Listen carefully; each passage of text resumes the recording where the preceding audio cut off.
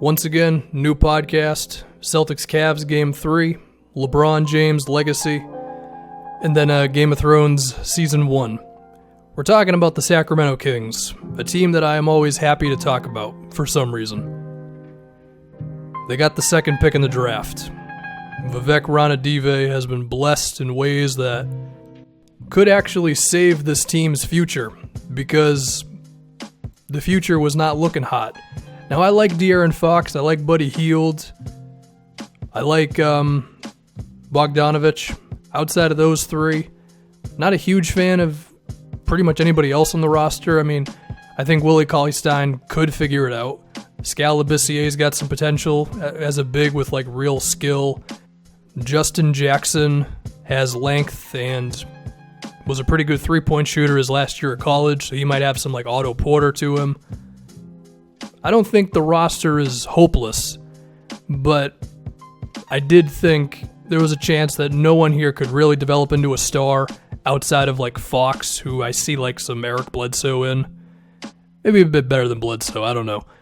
But now, even though you have the number 2 pick, and you're going to miss out on whoever Phoenix thinks is better between Ayton and Doncic, like, you're still going to get yourself a hell of a player here. And I think it's an interesting conversation to be had now of, like, could this be the beginning of Sacramento perhaps figuring things out a bit? Now, I know that's kind of a tall tale, given that it's been rough for them for a while, but let's think about this. So let's say it becomes Doncic, okay?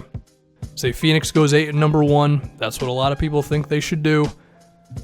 Then again, they hired that head coach, and that, makes things a little uncertain, whatever. If you ended up with Doncic, then I feel like you could have a a really good guard rotation between like Fox and Doncic and Buddy Hield and Bogdanovich, to where you could actually be struggling with minutes, but it'd be a good problem to have, and then Doncic probably ends up being the best player out of all those guys. And him and De'Aaron Fox have like some pretty dynamic backcourt thing going on, right? I think his playmaking could also help out in terms of just all their big guys and all that. And that's always good, of course. Doncic could also just bring a sense of energy to a Kings team that has needed it for quite a while, given the negativity as well as just not quality stuff that's been around the organization for a while. That would be huge, of course. Although, to be fair, I think no matter who you would get with this pick, given how high they jumped in the lottery, you could say that's enough in terms of excitement for them.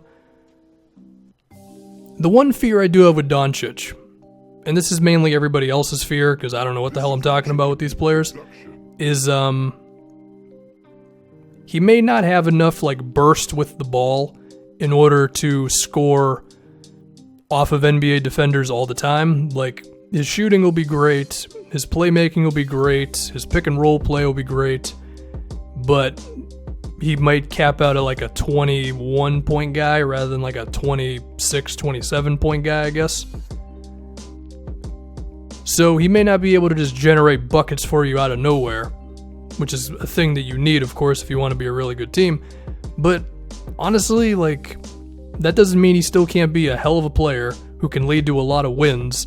But also, if you're the Kings, you'll take it. Like, if the best guy on your team like can't be the best player on a championship team, and I'm not saying that's going to happen with Doncic, I'm just going to say, like, even if they didn't get a full-blown superstar out of this pick, which he still could be, that's still a hell of an accomplishment for a team that has been in this situation for a while now,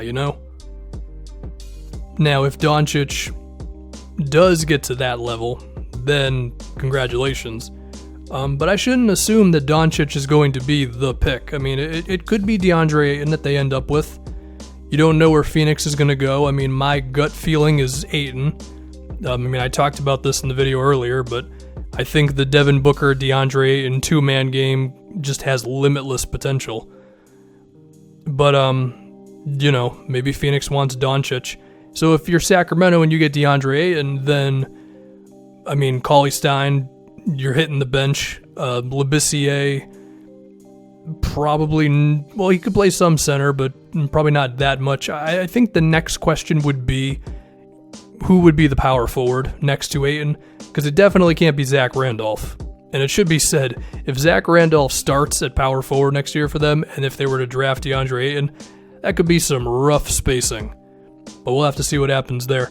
I don't know if there's a real small ball 4 option for them on the team. I mean, the guy I look at would probably be Justin Jackson, because he's like 6'8" and he can shoot. At least he could shoot in colleges last year. But he's pretty thin at around 200 pounds, and I don't know. I mean, that one's just going to have to be a work in progress. I think he's probably the closest thing. I mean, Nigel Hayes was striving to be a stretch 4 in college, and then he just stopped being good in college, kind of out of nowhere. Like, his last couple of years just wasn't a good shooter and all that. So who knows with him, but that would probably be the next guess, right? And then De'Aaron Fox and DeAndre Ayton could have a pretty good pick and roll. I don't think it would have the ceiling of Booker and Ayton, but still pretty good. I think De'Aaron Fox has the athleticism and the burst to where he can still kind of kill you in those, even if you're going to go under the screen on him, because he can just jet to the basket, you know?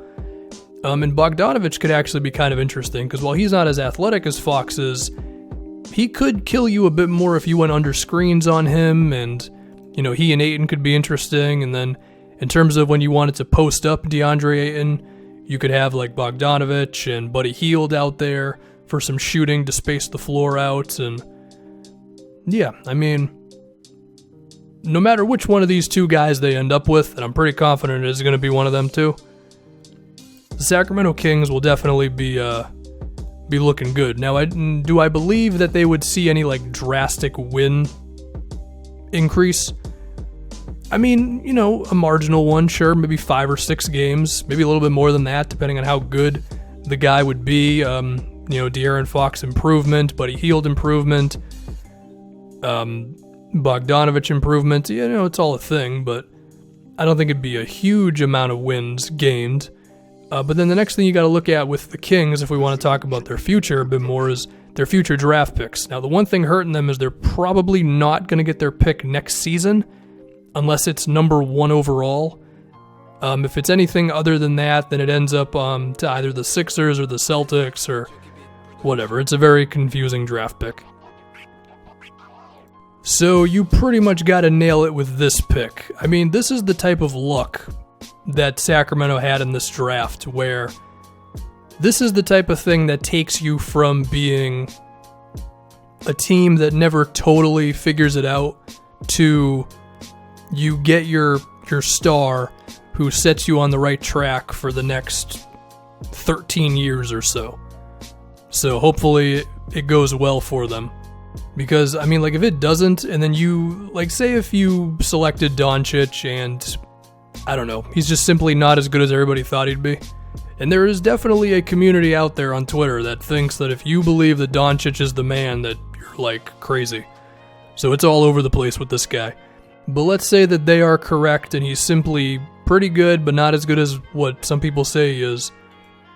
To not hit the home run in this draft and then probably not have your pick next season, that would be very, very difficult to recover from. So, here's hoping they nail it.